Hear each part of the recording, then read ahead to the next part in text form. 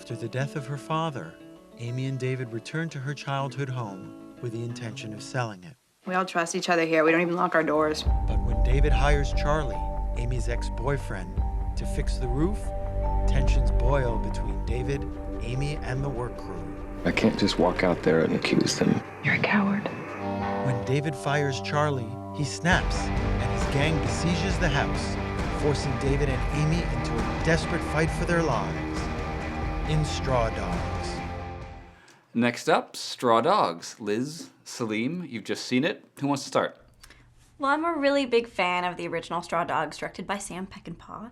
And I liked it a lot because it was a little rougher on the edges, but it was an interesting exploration of male sexuality, of sexual prowess, of aggression.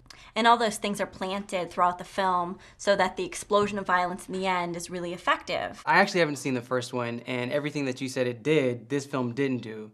No groundwork. There was no character development, no character motivations. Everything just happened, and we really are left wondering why. Oh yeah, because they took the original and they transported it from England to the South. Exactly. And I like to think that when you remake a movie, you remake it for a reason. Exactly. And there was no reason to bring it to the South other than to develop a one-dimensional outlook of Southerners. They're cartoon-like characters that they have there. It was a little racist. It was a little ridiculous. A little racist? Probably the most stereotypical movie I've seen about the South in a very long time. Now, I am a black dude from California, right? So I have a very skewed view of what the South is, but I was even offended at how they presented these quote-unquote redneck characters. I even had to start reevaluating how I saw the South, because I was like, it's not like that. I know it's not like that.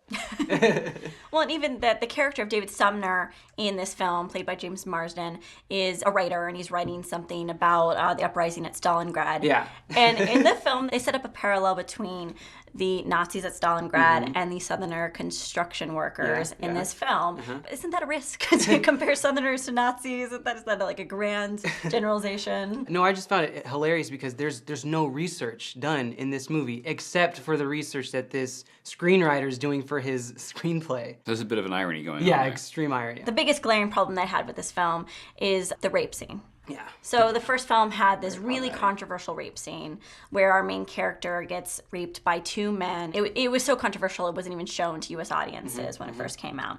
What was interesting about the first film is all those themes of sexuality and objectification were planted for that rape scene to be interesting and complex. But in this remake, there is no setup of those themes. There's no exploration of male sexuality, of what it is to be a man, of sexual prowess at all. So it's just rape for rape's sake, and it's incredibly offensive. The aftermath of it is even worse because we could have our own judgment that she should have told her husband, but the simple fact that there's no fight to even want to tell her husband. We're not even seeing the anguish that she's going through and even wanting to tell her husband, which I thought was very important. Well, I know you didn't see the original, and in the original, she gets raped and she doesn't tell her husband. And as a woman, I always saw that and just got really frustrated. I mean, you can see a rationalization for a woman being tortured by that and maybe not wanting to share it. But again, in the second film, there's no character development. So there's no torture, there's no inner turmoil. So you get even more frustrated, and it just seems like this glaring, messy mistake on behalf of the filmmakers. I feel like for the most part, the acting was phoned in. I mean, I've never really been a fan of Kate Bosworth, and I mean, I like Marsden, but they were continuing their non-chemistry from Superman in this one. That is a throwback reference. Oh, it is. Oh, it is. First thing I saw was like, why are they a couple again? They obviously have nothing going on between them. If you're gonna remake a movie, yet again, are you gonna get better than Dustin Hoffman's performance in Straw Dogs? Exactly. No. Why do you cast James Marsden who can't get past his beautiful cheekbones? It's a horrible decision. If you had done something. Maybe. If you had said something Maybe or I was done trying something. to get them to talk until Anything. you... Quiet!